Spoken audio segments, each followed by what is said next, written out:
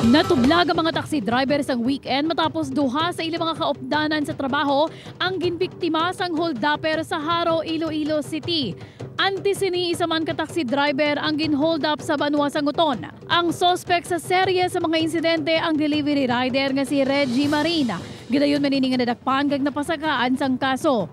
Apisar sini hindi naman madula ang kabalaka nga basi maliwat pa ang insidente. Gani nagsapol ng atop kag ICPO para diskusyonan ang mga tikang para ini ang balikawan. Kangot sa sining nga balita, makaupod na sa bunga-aga ang spokesperson sang Iloilo City Police Office, si Major Shelby Sangrines. Good morning, ma'am. Kaga welcome sa GMA Regional TV Early Edition. Good morning, John. Good morning sa tanan nga mga televiewers sa region-wide and nationwide. Mayong aga. Ma'am, sa inyong meeting upod ang Association of Taxi Operators in Panay, ano ang inyong ginkasugtan para mapaiway ta ang kasubong sini nga mga insidente?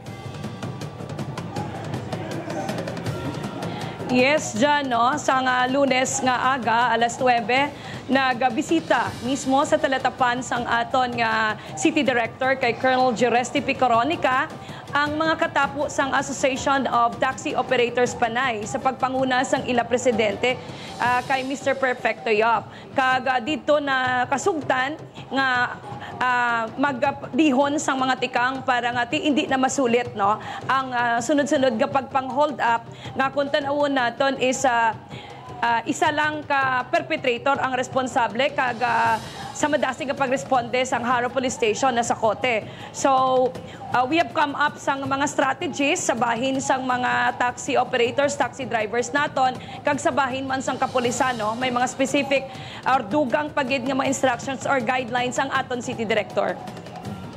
Ma'am, sa nagluntad sang damlag lang nga serye sang pagpang-hold up, isa lang ang sospek kag nadakpan man gani gilayon, no? Kag nakasuhan na.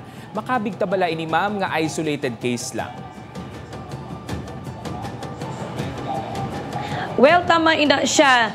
September 7, no, may insidente kita sang hold up sa Pakyad, and then nasundan ina September 8, duha no diri sa bahin sang Lanit kag Buhang. Pero again perpetrate malang to siya. Ang responsable to is isa malang katawo kag kaluyan man no napasakaan naton sa kaso after nga nadakpan siya sa pag-follow up sang kapulisan. So with that, John, gusto sang ICPO nga ipalabot nga wala sing cause of concern or dapat ikalarma ang publiko, especially ang aton nga mga taxi drivers kag even ang aton mga pasahero diri sa syudad sang Iloilo.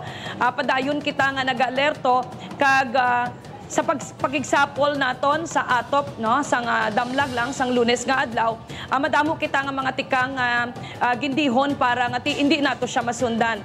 And we want to everybody nga especially sa mga taxi drivers naton nga maghatagid sang full support kag cooperation sang kapulisan no para nga sila mismo hindi man mabiktima. Kami sa bahin sang ICPO wala na or hindi na kita makarecord sang anuman nga insidente sang pagpa-hold up diri sa siyudad sang Iloilo. Again, paathag naton nga wala sing cause of concern or dapat ikaalarma ang publiko, especially ang aton nga mga taxi drivers, taxi operators, kag ila mga pasahero, kag ang ila pagid mga pamilya. Ma'am, sa bahay naman sa mga taxi driver, ano ang nagakadapat nilang himuon para maproteheran man ang ila kaugalingon batok sa mga hold-upper kag iban pagid nga may mga hindi maayo nga tuyo sa ila?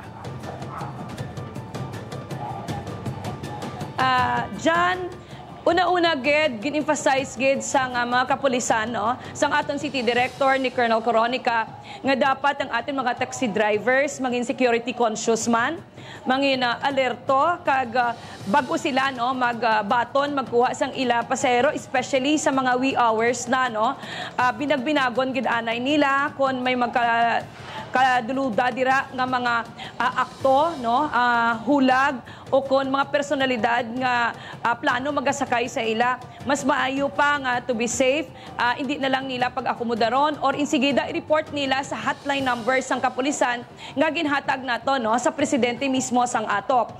Isa lang kang hotline number ang ginhatag naton, amo to siya ang aton nga diri na base sa ICPO sa City Tactical Operations Center naton. Para nga bisan sa diin man sila nga area sa or distrito sang syudad sang Iloilo, tanan-tanan sa ila is maparespondihan naton. So, isa lang ka numero ang ginhatag naton para mas maging convenient sa aton mga taxi drivers. So, in any event nga bisan wala pa man may natabo or insidente, may doubt pa lang sila, kaduda-duda pa lang isa na kadako nga tikang nga sa diin mapunggan or ma-preempt nga mabiktima sila. And while abot dira, dako pa ang mabulig nila sa kapulisan nga kung may mga i-report sila nga information like sa mga pasahero nila nga daw kaduluda, kag makasiling kita nga posible base kon gamiton pang salakyan nila magpalagyo kag may ginkomiter ka krimen, so makabulig sila pagsulbar sang krimen kag way labot sina dira, makabulig sila pamintinar sang kalinong kagatawhay naton diri sa bilog nga syudad sang Iloilo.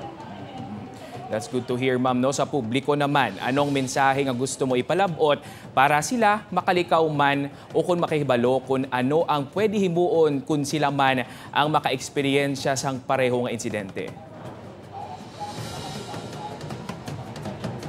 Mag-report sa gilayon sa mga kapulisan.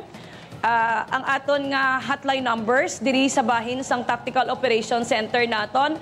Dyan is 0908-377-0194.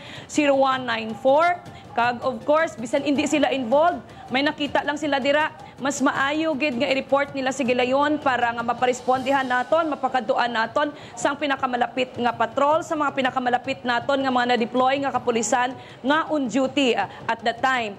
And kita nag-aapilar, nag-solicit sang bulig sang publiko sa bahin sa mga kapulisan sang ICPO nga bululigan naton ini no nga ang seguridad sang aton syudad kay kami sa bahin diri sang ICPO amo gid na ang aton mayor nga tuyo, hindi lang proteksyon sang aton nga mga taxi drivers kundi welfare, security kag safety sang general public.